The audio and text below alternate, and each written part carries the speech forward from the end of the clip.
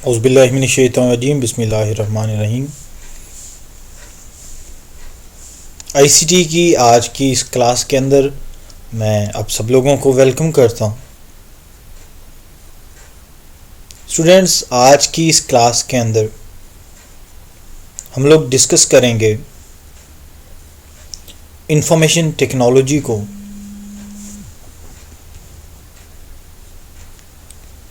Information technology जो है आज का बड़ा ही इम्पोर्टेंट टॉपिक जो है कंसीडर किया जाता है।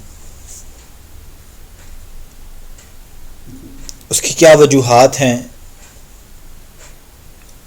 क्या इंफॉर्मेशन टेक्नोलॉजी है और इसका फ्यूचर क्या है, आज की इस सेशन के अंदर हम ये देखेंगे। क्लास को स्टार्ट करने से पहले मैं आपको बताता चलूं कि जो लोग नए हैं इस चैनल के ऊपर, मेरे चैनल को सब्सक्राइब कर दें ताकि जो नई वीडियो मैं अपलोड करूं अपने चैनल के ऊपर वो आप लोगों तक नोटिफिकेशन के ज़रिए पहुंच जाए और आप लोग उससे फ़ायदा हासिल कर सकें। मैं लास्ट लेक्चर के अंदर भी बड़ा डिटेल में आप लोगों को बताता रहा हूँ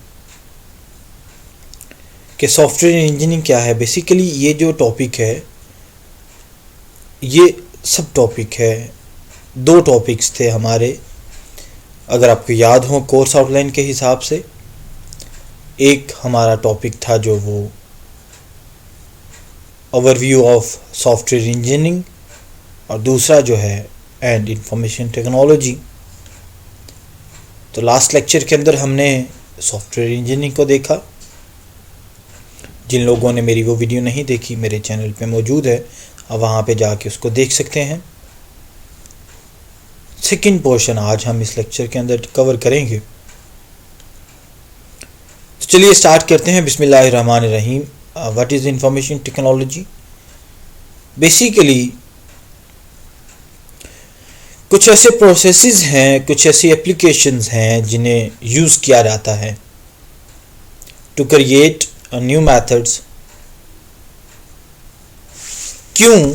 to solve a problem, perform different tasks, manage the communication. तो ऐसे प्रोसेसेस या ऐसी एप्लीकेशंस जो नए मेथड्स को क्रिएट करते हैं। और उन नए मेथड्स को क्यों क्रिएट किया जाता है? किसी प्रॉब्लम को हल करने के लिए, किसी काम को करने के लिए, या उनके दरमियान जो कम्युनिकेशन है उसको मैनेज करने के लिए। मिसाल के तौर पे अगर हम बात करें एटीएम मशीन्स की, तो लोगों को बड़ा इशू आता था, लाइन में लगना पड़ता था, वीकेंड पे ऑफ हो जाता था। अगर किसी बंदे को पैसों की ज़रूरत पड़ गई है या 4 बजे इनका ऑफ टाइम है, 5 बजे का ऑफ टाइम है, तो आफ्टर दैट टाइम जो है लोग वो रकम जो है वो विड्रॉ नहीं कर सकते। तो उन्होंने क्या किया, उन्होंने एक ऐसा सिस्टम इंट्रोड्यूस करवाया कि कहीं पे भी बंदा है, उसके पास बैलेंस है कार्ड के अंदर, उसके पास कार्ड है, एक पिन दे दी गई, अगर उसकी पिन ठीक है तो वो पैसे निकलवा सकता है। तो एक प्रॉब्लम थी, उस प्रॉब्लम को हल किया गया। This is basically information technology. Technology को यूज़ करके किसी किस्म का भी काम जो है करना, किसी नई चीज़ को इंट्रोड्यूस करवाना, उसे भी इंफॉर्मेशन टेक्नोलॉजी कहा जाता है। असल में बहुत सी डेफिनेशंस हैं जो इंफॉर्मेशन टेक्नोलॉजी पे सर्कुलेट होती हैं। तो एक डेफिनेशन इसकी ये भी है कि आपके पास इंफॉर्मेशन टेक्नोलॉजी बेसिकली टेक्नोलॉजी को यूज़ करके किसी भी नई चीज़ को इंट्रोड्यूस करवाने का जो नाम है उसे इंफॉर्मेशन टेक्नोलॉजी कहा जाता है। ये बेसिकली ये भी इसकी डेफिनेशन है, और भी इसकी डेफिनेशंस हैं। इसके बारे में एक और डेफिनेशन भी आती है। इट्स अ बेसिकली स्टडी और use of system for storing, retrieving and sending the information. ये आपके पास सिस्टम की स्टडी है या सिस्टम का यूज़ है। क्यों? क्यों या किस तरह किस लिए डाटा को स्टोर करने के लिए, रिट्रीव करने के लिए या उसको सेंड करने के लिए, इंफॉर्मेशन को सेंड करने के लिए। बेसिकली डाटा होगा तो इंफॉर्मेशन आएगी, तो ज़्यादातर हम फोकस इसके अंदर इंफॉर्मेशन को कर रहे होते हैं। उम्मीद करता हूँ यहाँ तक आपको इंफॉर्मेशन टेक्नोलॉजी की अंडरस्टैंडिंग होगी। नेक्स्ट अगर हम प्रोसीड करें तो क्या इसके असरात हैं टेक्नोलॉजी के वर्क प्लेसेस के ऊपर। Basically technology has improved the productivity, technology has improved the efficiency, technology has reduced the costs, technology enhanced the customer services. Productivity कैसे बेहतर हुई हमारी? ज़ाहिर सी बात है कि एक काम जो है 10 बंदे कर रहे हैं, अब उन्हीं 10 बंदों की जगह पे एक मशीन अगर काम कर रही है टेक्नोलॉजी को यूज़ करके, तो ऑटोमेटिकली जो चीज़ है प्रोडक्टिविटी बढ़ेगी। अब एक बंदा 1 घंटे में वो काम कर रहा है, मशीन वो हो सकता है वो 10 मिनट के अंदर वो काम कर दे, 5 मिनट के अंदर वो काम कर दे, तो 1 घंटे में उसके 5 गुना 10 गुना काम उससे लिया जा सकता है। तो ऑटोमेटिकली क्या प्रोडक्टिविटी उसकी इंक्रीज हुई, इम्प्रूव हुई। इम्प्रूव्ड एफिशिएंसी, उसके काम करने के अंदर बेहतरी आई, उसकी जो स्पीड थी, उसका जो रिजल्ट था, उसकी जो आउटकम थी, उसके अंदर आपको बेहतरी मिली। कॉस्ट कम हो गई, जिस तरह अभी मैंने आपसे बात की कि एक जगह है वहाँ पे 10 लोग काम कर रहे हैं, अब उन 10 लोगों की जगह पे एक मशीन जो है काम कर रही है, तो ऑटोमेटिकली बात है कि अब उन 10 लोगों को अलग अलग इसे पे करना पड़ेगा हमें, लेकिन उसी की जगह पे अगर हम एक मशीन लेके आ जाते हैं तो ऑटोमेटिकली हमें हमारी जो कॉस्ट है वो कम होगी। कस्टमर सर्विस जो हैं हमारी बढ़ गई, एनहांस हो गई कि एक वक्त में एक बंदा वो जो डील कर रहा है हो सकता है वो 5-10 मिनट ले ले, मशीन हो सकता है 1 मिनट में वो उसके साथ डील करे, 2 मिनट के अंदर डील करे, उससे कम वक्त उसे लगे उस कस्टमर को डील करने में। ऑटोमेटेड सिस्टम्स हैं कि आप जिस तरह आपको कंपनीज़ के अक्सर मैसेजेस आते हैं, वो एक वक्त में मल्टीपल लोगों के साथ वो मैसेज जो है वो शेयर हो रहा होता है। नेक्स्ट हम प्रोसीड करेंगे आगे, the impact of technology on consumers. तो कंज्यूमर साइड से भी अगर हम देखें तो टेक्नोलॉजी का एक इम्पेक्ट है। Technology changes the way consumers make purchases, use services, applications, plan vacations, obtain entertainment. Purchases करने पे सिंगल क्लिक पे उन्हें हर चीज़ अवेलेबल है, आप वहाँ से उस चीज़ को एक्सेस कर सकते हैं। ईच एंड एवरीथिंग जो भी उन्हें चाहिए, जिस तरह Draaz.pk है, Amazon.com है, इस पे काम कर रही हैं कि सिंगल क्लिक पे उन्हें हर चीज़ जो है प्रोवाइड की गई है, उन्हें फैसिलिटेट किया जा रहा है। वो एंटरटेनमेंट को हासिल कर सकते हैं, वेकेशंस को प्लान कर सकते हैं।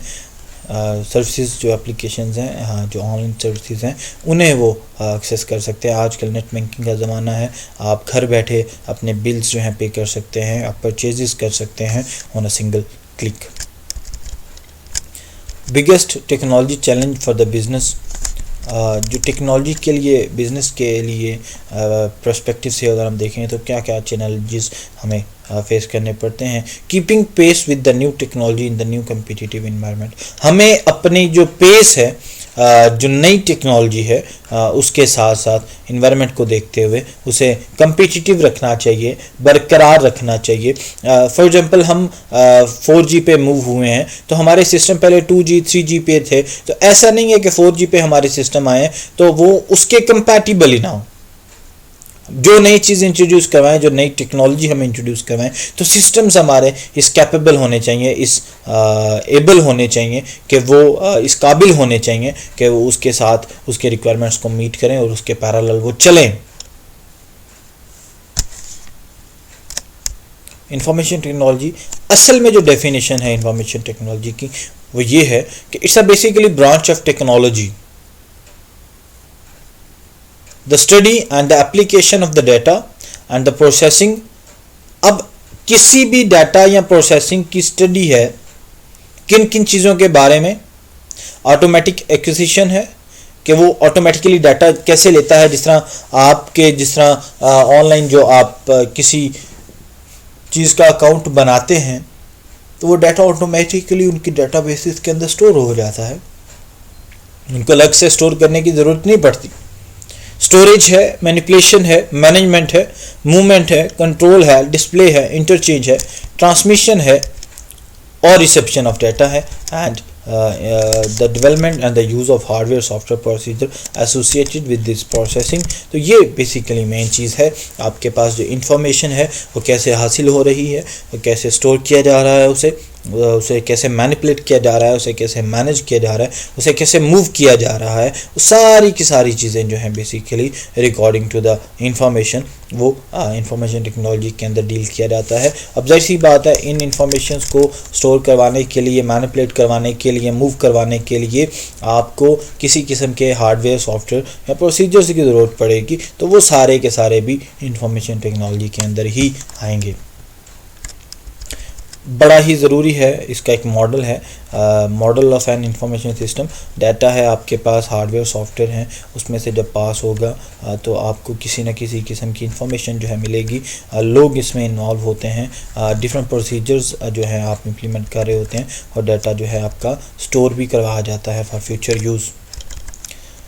इंफॉर्मेशन टेक्नोलॉजी का जो यूजेज है, डेटाबेस सॉफ्टवेयर जो हैं is used by a variety of businesses to store and retrieve data। जितने भी आपके ऑनलाइन स्टोर्स हैं, जितने भी आपके ऑनलाइन बिजनेसेस हैं, डेटाबेस उनका मेन कंपोनेंट जो है वो कंसीडर किया जाता है, जहाँ पे आपके यूज़र्स का, कस्टमर्स का डाटा जो है वो स्टोर होता है। तो जैसी बात है, ये इंफॉर्मेशन टेक्नोलॉजी ही है कि आपके सिस्टम जो है, बिजनेसेस जो है वो डाटा को स्टोर करने के लिए या रिट्रीव करने के लिए उसको यूज़ करते हैं। One of the most common type of IT usages in business is word processing. Word processing जो है ये इसकी एक बड़ी एक आजकल की कॉमन टाइप्स कंसीडर की जाती है आईटी की, कि आपके पास पहले लोग मैनुअली जो है हाथ से डॉक्यूमेंट लिखते थे, इंक का इशू हो जाता था, पेपर के गुम होने का इशू हो जाता था, पेजेस के कम होने का इशू हो जाता था और राइटिंग का इशू आ जाता था। आज वर्ड प्रोसेसिंग की मदद से आप जितने मर्जी पेज लिख सकते हैं, जितने मर्जी पेज लिख सकते हैं, उसमें इंक का भी इशू कोई नहीं है, राइटिंग का इशू कोई नहीं है, स्टाइल दे सकते हैं, कलरफुल बना सकते हैं अपने पेजेस को। तो ये आपके पास एक इंफॉर्मेशन टेक्नोलॉजी की कॉमन टाइप है। उसके बाद these packages are continually updated to provide more features that can assist in the creation and management of the business documents। तो इन पैकेजेस को, इन सॉफ्टवेयर्स को डे बाय डे अपडेट भी किया जाता है जब उसको अपडेशन की ज़रूरत पड़ती है। मिसाल के तौर पे अगर आप देखें ऑफिस 2003 के सेटअप को, तो आज जो ऑफिस वर्ड प्रोसेसिंग 2019 या 20 के अंदर जो फीचर्स आपको अवेलेबल हैं वो आपको पुराने वेरिएंट्स के अंदर अवेलेबल नहीं थे। तो ये डे बाय डे इन चीज़ों को अपडेट किया जाता है according to the need of customer, कि उनको असिस्ट किया जा सके, उनको फैसिलिटेट किया जा सके, उनको हेल्प किया जा सके। Information technology usages computer networks हैं। कंप्यूटर नेटवर्क्स जो हैं उनके अंदर आप आईटी को यूज़ किया जाता है। ऑफन सेटअप बिजनेस, जैसा बैंकिंग की अगर मैं एग्जांपल दूं तो लोगों को फैसिलिटेट करने के लिए डिफरेंट साइट्स कस्टमर्स को, जैसा एटीएम की हमने बात की कि एटीएम मशीन्स हैं। अब ये नहीं है कि आपका खरिया के अंदर अकाउंट है या गुजरात के अंदर अकाउंट है तो आप सिर्फ उसी बैंक की एटीएम से या उसी बैंक से आप पैसे निकलवा सकते हैं। आप कहीं पे भी हैं, एटीएम कार्ड आपके पास है तो आप एटीएम कार्ड की मदद से, आपके पास पिन है, आप पिन सही एंटर करते हैं तो आप पैसे निकलवा सकते हैं। तो ये भी आईटी की एक बड़ी अच्छी एग्जांपल है। ये आईटी ही है, इंफॉर्मेशन टेक्नोलॉजी ही है कि इस सिस्टम से उस सिस्टम के दरमियान इंफॉर्मेशन जो है वो इंटरचेंज हो रही है और वो उसको वेरीफाई करता है, फिर जो है पैसे विड्रॉ किए जाते हैं। तो ये बड़ा अच्छा एक सेटअप है। इंटरनेट जो है, internet is used to facilitate the communication between its users respective of the fact whether their computer और फिजिकली कंपैटिबल और नॉट। तो इंटरनेट को भी यूज़ किया जाता है, यूजर्स के दरमियान कम्युनिकेशन की फैसिलिटी प्रोवाइड करता है। बेशक उनके सिस्टम जो है कंपैटिबल हैं कि नहीं, उसको नहीं देखा जाता। तो यही स्टूडेंट आज की हमारी क्लास थी। उम्मीद करता हूँ आपको सारी की सारी चीज़ें जो हैं वो समझ में आ गई होंगी। आपको पता होना चाहिए आईटी है क्या बेसिकली, आपको पता होना चाहिए कि आईटी के जो यूजेस हैं वो क्या क्या हैं, आपको पता होना चाहिए कि इसका जो फ्यूचर है आईटी का वो क्या है। और याद रखिएगा जो फ्यूचर के बारे में आजकल इस पर रिसर्च हो रही है और बहुत ज़्यादा डिस्कशन हो रही है। रोज़ आप देखते हैं कि नई से नई चीज़ इंट्रोड्यूस करवाई जा रही है और जिस तरह रोबोटिक्स का ज़माना आ रहा है, ऑटोमेटेड सिस्टम किए जा रहे हैं। घर में बैठ के जिस तरह ये लॉकडाउन की सिचुएशन रही है, सबसे ज़्यादा लोग जो हैं उन्होंने पैसे कमाए जो ऑनलाइन काम करते रहे।